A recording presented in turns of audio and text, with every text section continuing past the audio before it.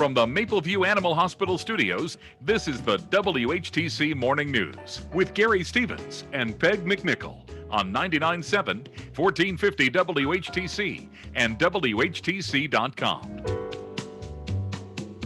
Welcome back to the WHTC Morning News for this Friday, November the 13th. Friday mornings, we try on a regular basis to get caught up with some of the local governments in our area. We call this the segment City Hall Chatter. And today we spotlight Holland City Hall with First Ward Councilman, Mayor Pro Tem Mike Trethewey. He's on the other end of our Zoom connection. Mike, good morning and welcome back to WHTC. Good morning, Gary. Great to be here and thanks for having me. Thank you very much. Scott sends his apologies for me having to step in, but being the emergency director of Allegan County, obviously he is extremely busy right now. Scott Corbin was scheduled to join us for City Hall Chatter. And of course, over the last year, and it will be at least another year or so, Mayor Nathan Box has asked other council members to step into this time spot on a regular basis to talk about the City of Holland and other voices. And Mike is happy to join us today to talk about that. First of all, let me dial back to a couple of days ago to the work study session and what was going on Wednesday. There was a closed door session, obviously. Some things under the State's Open Meetings Act can be closed door if it means negotiations or dealing with property purchases and the like, legal opinions in that regard. But during the work study session, something that Nathan had sort of wanted to do when he first became mayor was started to be worked on last year at this time, and it looked like a little bit extra tweaking, sort of like the rules of, not Robert's Rules of Order, but maybe Nathan's Rules of Order about running council meetings and the way the city conducts business. Well, actually, Gary, this has been going on for a long time. It wasn't Nathan's desire to do this. We have had rules of council for as long as I've been on council. And every 2 years, they get renewed. And because of the what do I want to say? As you said, tweaking of those rules, we passed them on November 20th of 1990, just the first meeting after the new council was put into place. And we felt, or I felt as the chief governance officer, that it was time to just solidify them just a little bit more. There was some potential ugly situations that we were getting into in the last couple of months. And I just wanted to formalize those, put some more meaning behind them so that there wouldn't be any question in case we get into some of those situations. So, and those type of situations, perhaps people wanting to get their voices heard, but they've got to do it in a certain way, in a certain time frame. Also, the email situation as well, because we're still in the remote stages with month number 9 of stay home, stay safe, and safer at home. Exactly. One of our major goals this year was civil discourse, and I was the one that brought that up as one of our goals, and I'm going to see that through. We are in contentious times. We are being tested every day, both in our personal lives and our professional lives and our government lives, whichever way you want to do it. So we need to learn how to interact and react with each other. Talking a little bit, and this is more maybe for Keith Van Beek, the city manager, but I can also ask you as a member of the city council, dealing with the COVID-19 situation, obviously working closely hand in glove to a certain extent with the Ottawa County Department of Public Health, and to a certain extent because the city is partly in Allegan County with the Allegan County Health Department as well. Concerns about making sure that city government is maintained running smoothly over what will probably be some turbulent waters over the next few weeks, perhaps, or maybe a few months. Hopefully it's not that, but still, we got to keep the city government moving smoothly.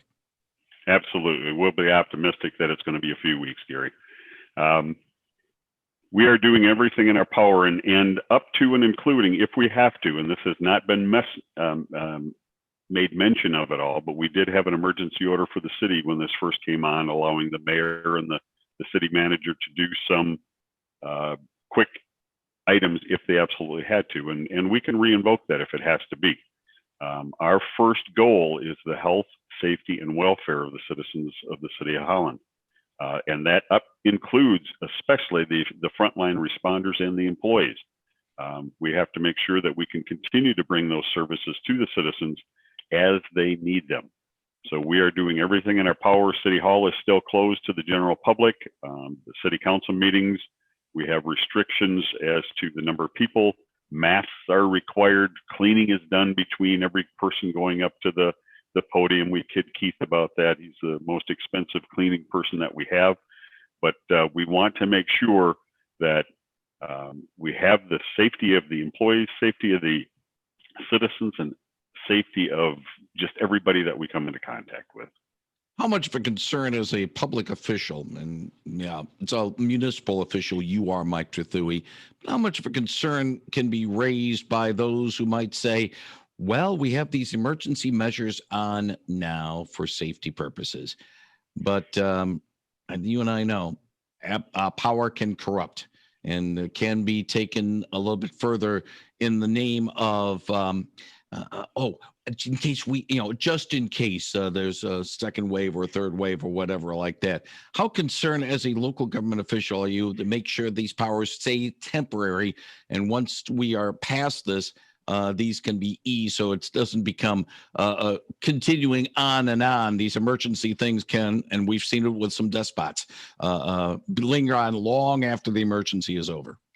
Well, I'm glad that you said local and not the state level, because that's a whole different cat. On the local level, we had a great discussion when we first went into this. We had checks and balances. We had checkpoints along the line that said, okay, if this happens, it has to come back to council for final approval. Obviously, it's after the fact, but we are fully informed of what's going on at every step of the way. We did put a deadline on it with an opener for extension if absolutely necessary. And we followed that deadline. When the first wave was done, we noticed things were getting just a little bit back to normal, as whatever normal is. We stopped it. And I think that's the better, Gary, if there is a positive side to local government, and it's called the nonpartisan side of it. We don't need to get into the intricacies of this political and that political. We do what's best for the city and for the citizens.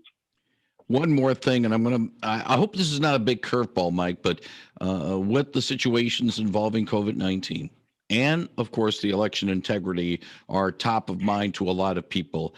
Some of the other pressing issues facing the city of Holland have sort of been pushed into the background. I want to bring this back up. The situation involving affordable housing and accommodating affordable housing within the city of Holland. A week ago, we had Mike Gorehouse of the Community Foundation sort of give us an update on their effort for Housing Next. It's sort of like the halfway point of their initiative. Where is the city standing right now in terms of trying to address the affordable housing issue within the city limits? Again, affordable housing goes beyond the city limits, but within the city limits, where are we standing right now with the city of Holland on this? Well, we haven't pushed pause at all. Actually, we may have slowed down, but not pause. We've been moving forward with the joint. How do I want to put this? The joint use of nuts. Terrible getting old, Gary. Never do it. It's perfectly understandable.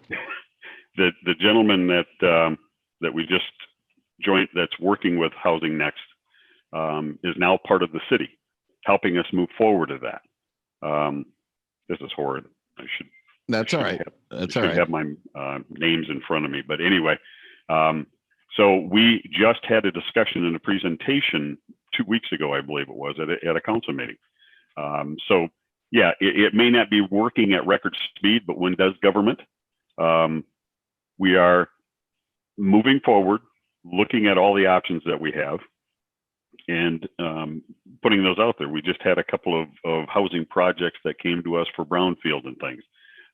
So I don't see that we have stopped. I don't see that we have put it on the back burner. It's not at jet speed, but we are constantly and consistently moving forward. He is Mike Trethewey, First Ward Councilman and Holland City Council member, as well as the Mayor Pro Tem for the City of Holland. Thank you very much, Mike, for joining us today on City Hall Chatter. I know we'll be chatting again, maybe in the not too distant future, but if things go on in the City of Holland, I think, if something big happens, you might be hearing from us. So, Mike, thank you very much. Not a problem at all, Gary. Thanks for having me, and have a great weekend. Thank you very much. Mike Trethewey, First Ward Councilman on City Hall Chatter on 99.7 and 1450 WHTC.